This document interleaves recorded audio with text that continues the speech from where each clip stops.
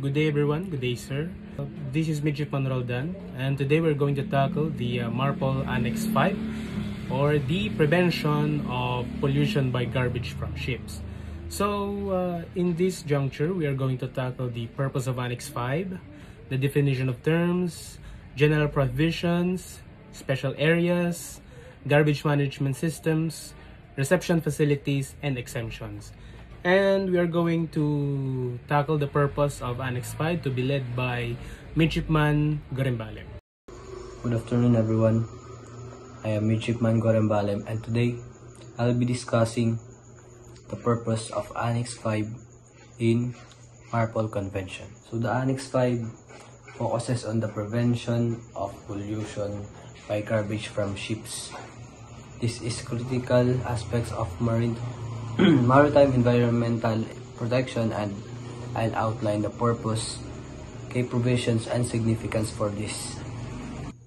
The primary purpose of Annex 5 is to minimize the impact of garbage from ships on the marine environment. As shipping activities increase globally, so does the potential for marine pollution.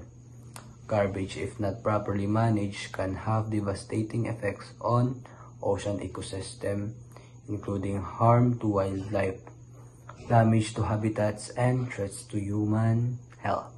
So primarily, Annex 5 daw is to minimize the impact of garbage sa dagat. Minimize. As a shipping company nag-grow daw, increase globally, so does the potential daw na mag-grow din ang pollution o garbage sa dagat. So garbage, if not properly managed, can have devastating effects on ocean and ecosystem. Pag hindi daw natin nasegregate ang basura ng maayos, ay maaari itong makasira sa ecosystem o ang mga wildlife o tinitirahan ng mga isda sa dagat katulad ng mga corals. To start, MARPOL, the International Convention for Prevention of Pollution from Ships, was established to regulate various forms of marine pollution. Annex 5 specifically addresses the issue of garbage disposal at sea, highlighting the need to protect our ocean and marine life from harmful waste. So, MARPOL was established to regulate the various forms of marine pollution. So, ang Annex 5 daw is specifically addresses the issue of mga kalat, garbages, o waste. So, disposal na pagdi-dispose sa sea, disposal at the sea, highlighting the need to protect, na kailangan daw natin protektahan ang ating ocean or marine life sa mga harmful waste. Annex 5 is a part of International Convention for Prevention of Pollution from Ships, known as MARPOL. It specifically addresses the disposal of garbage from ships. This annex was adopted in 1988 and has undergone several amendments to enhance its effectiveness. So, yung annex na ito ay na-adapt noong 1988, which is nag-undergo din sila ng several o madaming amendments to enhance ang pagka-effective o pagka-epektibo ng MARPOL na to o annexes na to. The goal is to protect the marine environment from pollution due to ship-generated waste, which can have devastating effect on ocean health and marine life. Kaya nga yung sinabi ko kanina, the goal is to protect the marine environment and from pollution due to generated waste. So, para hindi mag-cause ng damage sa mga corals o tinitirahan ng mga isda or ocean life or marine life. Here are the key provisions.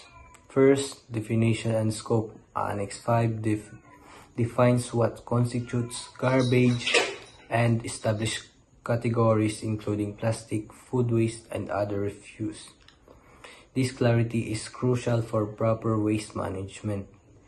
So, ang Annex 5 daw ay dinidefine talaga ang salitang garbage o pag-establish ng categorize o sa ibang salita ay pag-segregate ng mga basura. Kunyari ay food waste, plastics, ganun, at marami pa iba.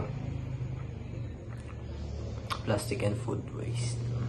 This clarity is crucial for proper waste management on board. So, napaka-crucial daw nito. Ibig sabihin, napaka-importante ng waste management sa barko. Second one is prohibition of disposal.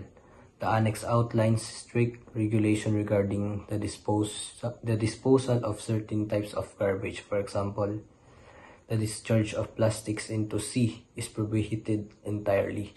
This reflects the urgent need to combat plastic pollution, which poses a significant threat to marine life. So ngayon second one is prohibition of disposal. Kagaya ng pagtapo ng plastic sa dagat, ito ay bawal dahil nga ang plastic ay matagal matunaw. So, ayun, prohibited entirely daw ang pagtapon talaga ng plastic. So, bawal talaga itapon. Which, siguro itatapon nyo na lang yung mga plastic pag dumaong tayo sa shore natin. The third one is discharge requirements. The Annex provides guidelines on when and where different types of garbage can be disposed of. For instance, food waste may be discharged at a certain distance from shore, while waste types have stricter controls. So, ang pag-dispose ng ating mga kalat o basura sa barko ay may iba-ibang tapunan. So, kunyari sa food waste can be discharged certainly distance from shore. So, medyo malapit daw sa shore o pagkadaong nyo sa shore ang food waste.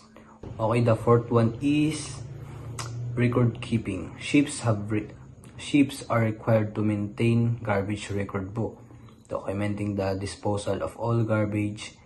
This accountability encourages compliances and helps authorities monitor adherence to regulations. So sa barko, napaka-importante daw po na i-record ang garbage record book ng garbage o ganun, o ang pag-dispose ng mga basura.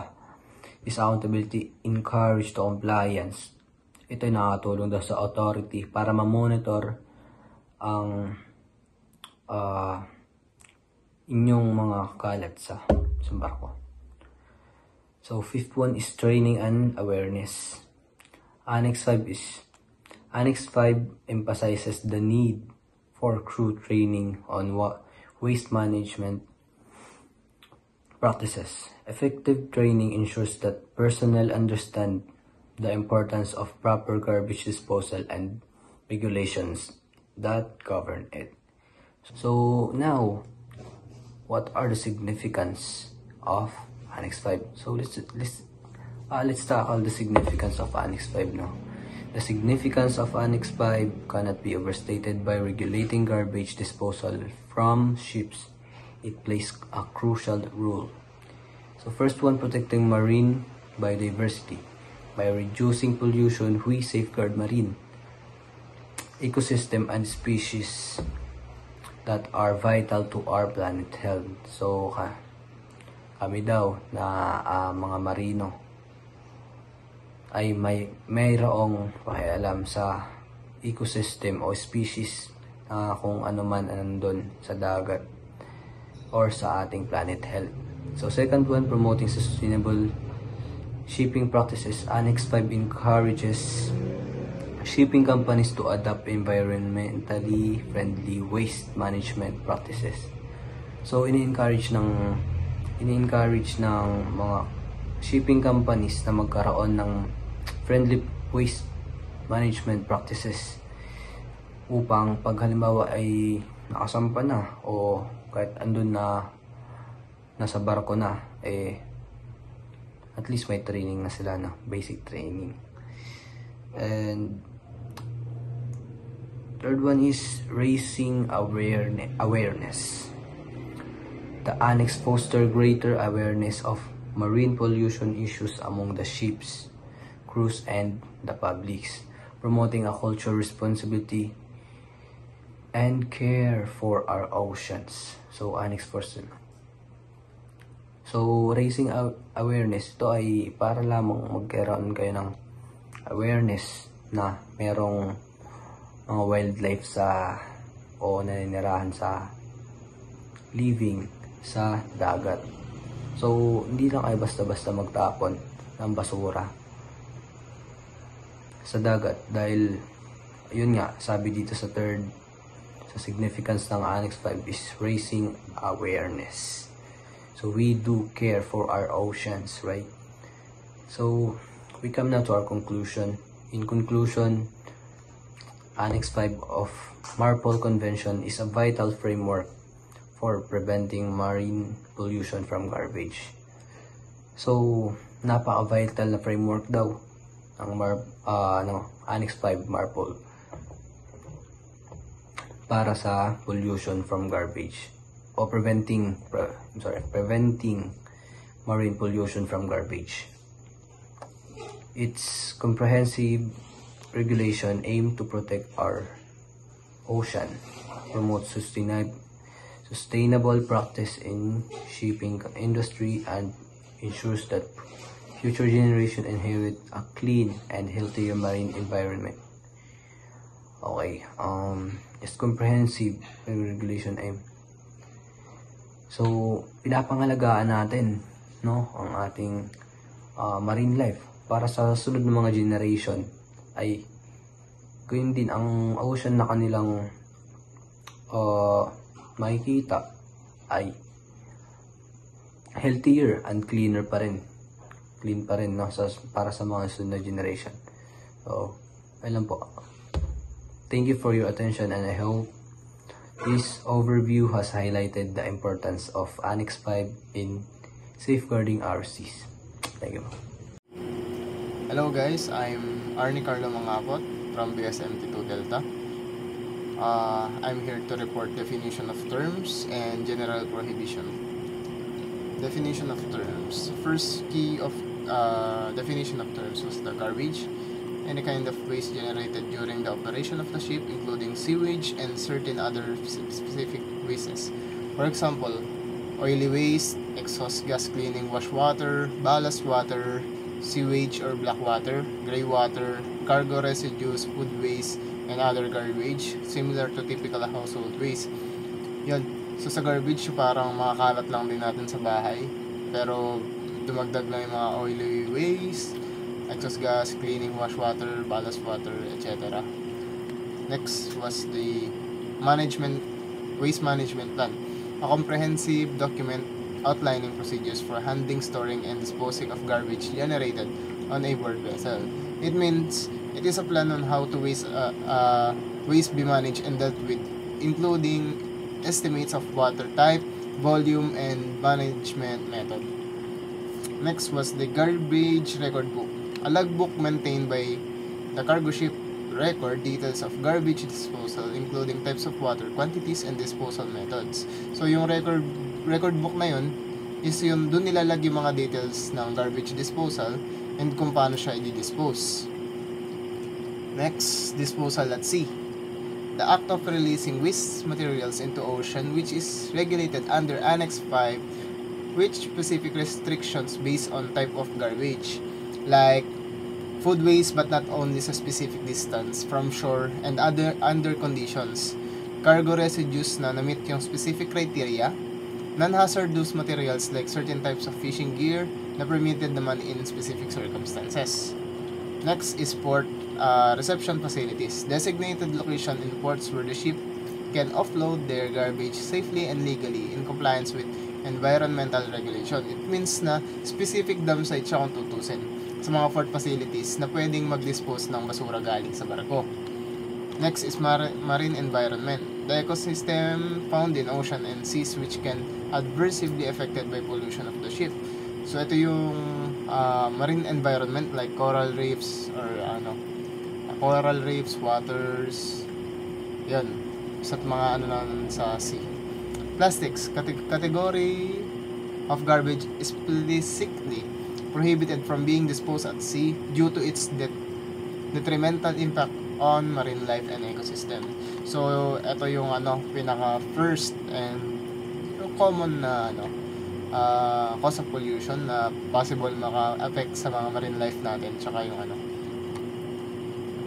pollution makadagdag siya. Next is general prohibition. The general prohibition of Annex 5 MARPOL aims to prevent marine pollution caused by garbage from ships. It prohibits the disposal of all plastics at sea, including bags, bottles, and packaging due to their harmful and persistent effects. So first, ng prohibition is yung plastic. Disposal of plastic is strictly prohibited. This includes items like plastic bags, bottle, and packaging materials na nagkokos ng pagkamatay ng marine life, pagdagdag sa pollution sa tubig, mga ganon. So ayun. Next is food waste. Disposal of food waste is regulated based on the distance from shore.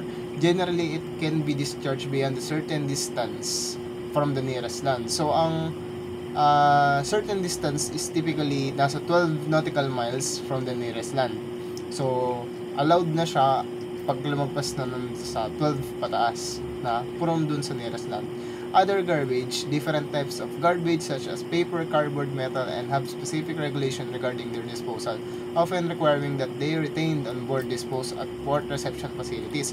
So yung mga other garbage like paper, cardboard, and metal, so hindi sila allowed i-dispose sa sea. Mas sila na i-dispose sa port reception facilities, at doon sila itatapon, doon sila i-dispose. Dumping restriction. Can waste like hazardous materials are completely banned from being disposed at sea. Example, toxic materials, batteries, medical waste, and other substances that could harm life or marine ecosystem. So yung hazardous materials is completely banned from being disposed at sea. For example, yung mga batteries, medical waste, and other substances na makaka-apekto sa marine life. So yan. And overall, the general prohibition emphasizes that ships must minimize their impact on the marine environment by following strict guidelines for garbage disposal and utilizing available waste management facilities. Yeah, thank you. So we're going to tackle special areas. So special areas. MARPOL defines certain sea areas as special areas in which, for technical reasons relating to their oceanographical and ecological condition, that their sea traffic, the adoption of special mandatory methods for prevention of sea pollution is required. So, meaning to say, in the context of MARPOL, special areas are the regions where stricter controls apply to prevent pollution from ships. So talagang ito sa mga special areas na to, yung the implementation of the regulations of Annex 5 is much stricter, no? Because it is due to their ecological sensitivity and vulnerability. So, ano nga ba yung mga special areas na talagang pinoprotektahan ng MARPOL? So, the special areas includes the Mediterranean Sea area, the Baltic Sea area, the Black Sea area, Red Sea area, Gulf Sea area, North Sea area, the wider Caribbean region, and Antarctic area. So these areas are deemed or established as special areas. So itong mga lugar na to, ito yung may these are the areas that have much stricter implementation of rules to prevent pollution. So these are highly protected areas. So that is the meaning of the special areas in terms of the MARPOL. So again, this is the special areas established by the MARPOL Annex 5. Hi everyone, I'm Midshipman Velo, BSMT2 Delta. I'm gonna tackle garbage management system in Annex 5 of MARPOL. So what is garbage management system? Garbage management system, as outlined in Annex 5 of MARPOL, is a comprehensive framework designed to manage the disposal of waste generated on ships, aiming to minimize marine pollution. It encompasses a set of procedures for waste segregation,